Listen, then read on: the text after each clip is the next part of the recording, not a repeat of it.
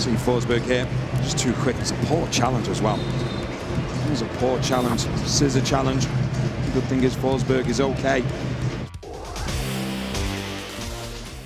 Welcome to Instant Replay for MLS Match Day 12. I'm your host, Andrew Wiebe, and as always, we're taking a closer look at the most controversial refereeing decisions in Major League Soccer. We start with, who else? Inter Miami. Not Lionel Messi, though, so there's a feather in our cap. 57th minute. Emil Forsberg picking up the ball in the midfield. Thomas Aviles coming in to put in no, that's a nasty challenge on the Sweden international. Tori Pinso's the referee. She immediately goes to the front pocket. Yellow card for this one. There's no video review initiated by Edwin Jurasevich, the VAR, and a flood of you hit my Twitter mentions to say, hey, this should be a red card. This is serious foul play, excessive force, and or endangering the safety of the opponent. And I gotta say, I mostly agree with that camp. For me, this is serious foul play, and the reasons are thus. In my opinion, this is endangering the safety of Forsberg. Watch how his knee buckles in. For me, Forsberg is just lucky that he's not planted in a different way. Had he been, this could be a really bad situation. So as I look at this play in a petri dish, I'm saying red card. But remember, there's a big world outside the petri dish of instant replay. Tori Pinso is managing an entire game, and this game was popping in the moment that this happened. Let's just watch back this entire play and see how the players react to her decisions on the field. Notice, Forsberg is not hopping mad about this yellow card decision. None of the Red Bulls are. And Inter Miami players don't seem to think that Aviles is in danger of being sent off. So what does that say to me? Tori Pinso has a good hold on this game. The players respect the decisions she's making, and in the end, though I think this is probably a red card, I'm okay with the way it went down on the field, all things considered. Sporting Kansas City cannot be okay with the offside law. It bit them again. 81st minute in Sandy, RSL get the game-winning goal from Chicho Arango, but look down that line, folks. We've talked a lot about the parallax effect, and it's minimal on this, just given the placement of the camera. We are almost in line, almost. And with this angle, my brain is saying, yeah, just a hair offside. But the call on the field is a good goal, and I would never, as the VAR, in this case Chris Pinso, send Tim Ford, the referee, to the monitor for a clear and obvious error that this is onside and a goal. I just don't think you can say that given the very small degree that Arango may be on or offside. Here's the math done by our good friend at Soccer Photogrammetry. It's crazy close, and that's with trigonometry. Of course, the referees don't have that live or in video review. So as it stands, given the processes in place, I understand why this goal stands. It's pretty clear why this Vancouver goal in the 20th minute against Austin was taken off. Watch closely here.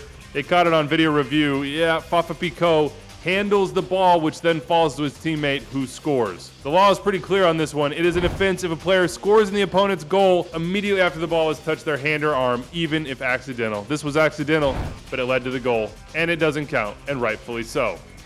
Now, here's the big call. First half stoppage time, about 50 minutes in. Alex Ring is bearing down on Fafa Picault, who's going to try to take a shot with his right foot. The players come together, Fafa goes down, he wants a penalty, and Marcus de Oliveira, the referee, says, nope, play on. Eunice Marcacci's the VAR, and Marcacci sees a foul in this play. He says it's clear and obvious, sends de Oliveira to the monitor. De Oliveira takes his time, watches the play, and says, no, I'm sticking with my call on the field. No penalty. Boy, when I watched this the first time live, I was screaming from the mountaintops. This is a penalty.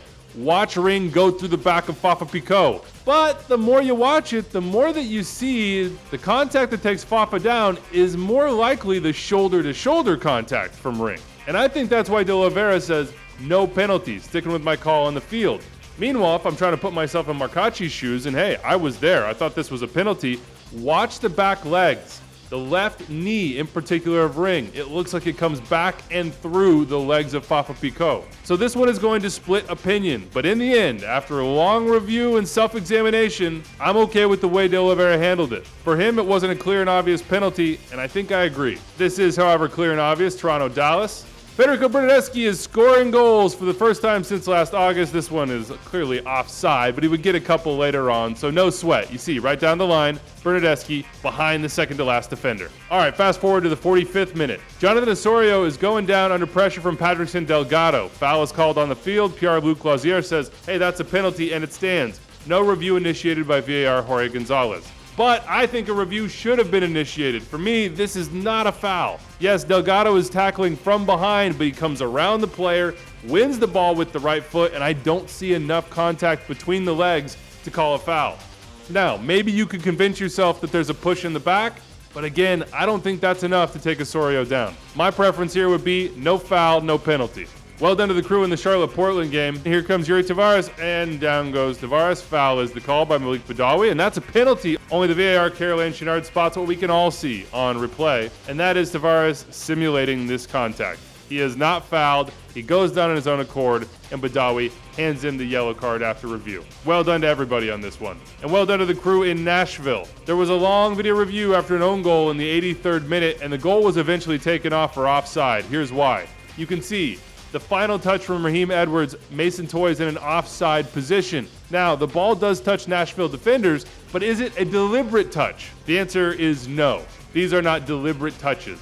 Therefore, Toye is in an offside position, and when he attempts to play the ball, that makes this an offside offense.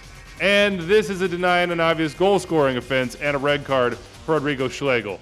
It's outside the box, so no double jeopardy, but watch Schlegel slide in, get the left foot of Yuya Kubo, who very cleverly moves the ball away.